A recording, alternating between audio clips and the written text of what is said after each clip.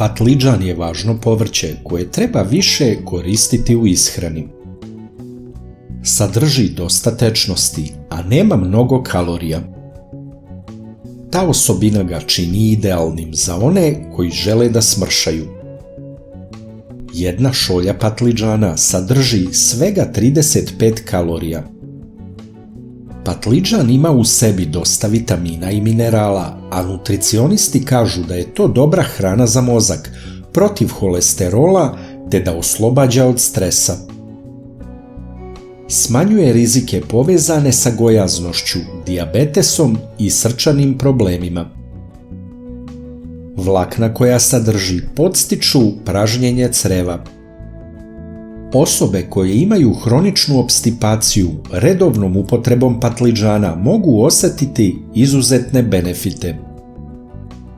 Nije tako skup patlidžan i veoma je hranjiv, a može se koristiti i kao zamena za meso. Pravimo pečeni patlidžan u rerni po starom tradicionalnom receptu i svaki put nam dobro uspe. Ukus je izvanredan i preporučujemo da probate.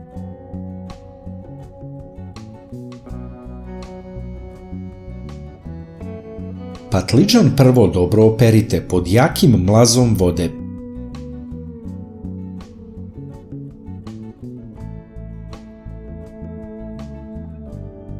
Neko sasvim oljušti koru, a neko ne.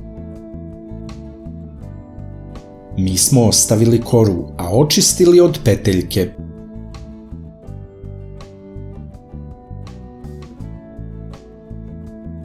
Isecite potom patlidžan na kriške debljine jednog prsta, ali uzdužno. Po obliku izgledat će kao šnicle.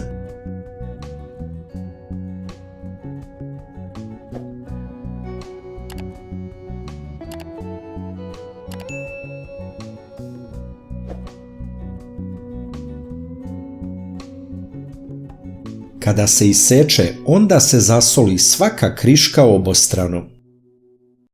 Ostavite tako na gomili, zasoljeno oko 20 minuta.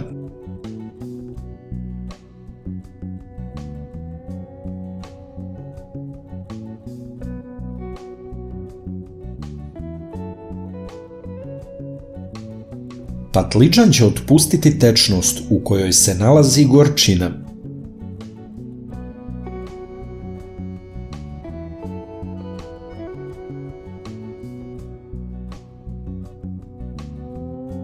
Svaku krišku iscedite kao krpu, da tamna i gorka tečnost izađe.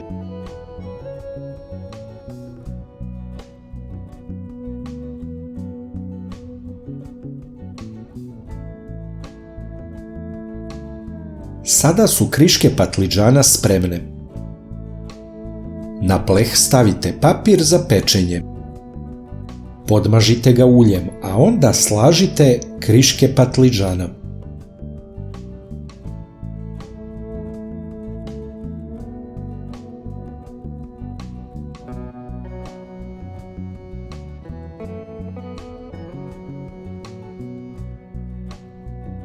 Na kriške još nakapajte ulja.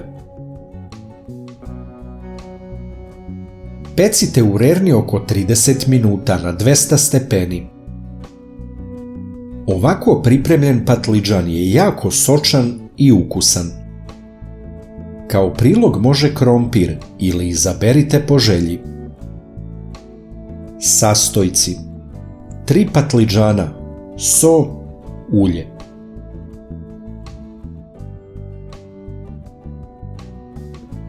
Najlakši način da podržite naš rad je da lajkujete video. Kliknete na dugme prati, zatim na zvonce i na kraju potvrdite zvonce. Ovo za nas znači mnogo. Hvala vam na podršci.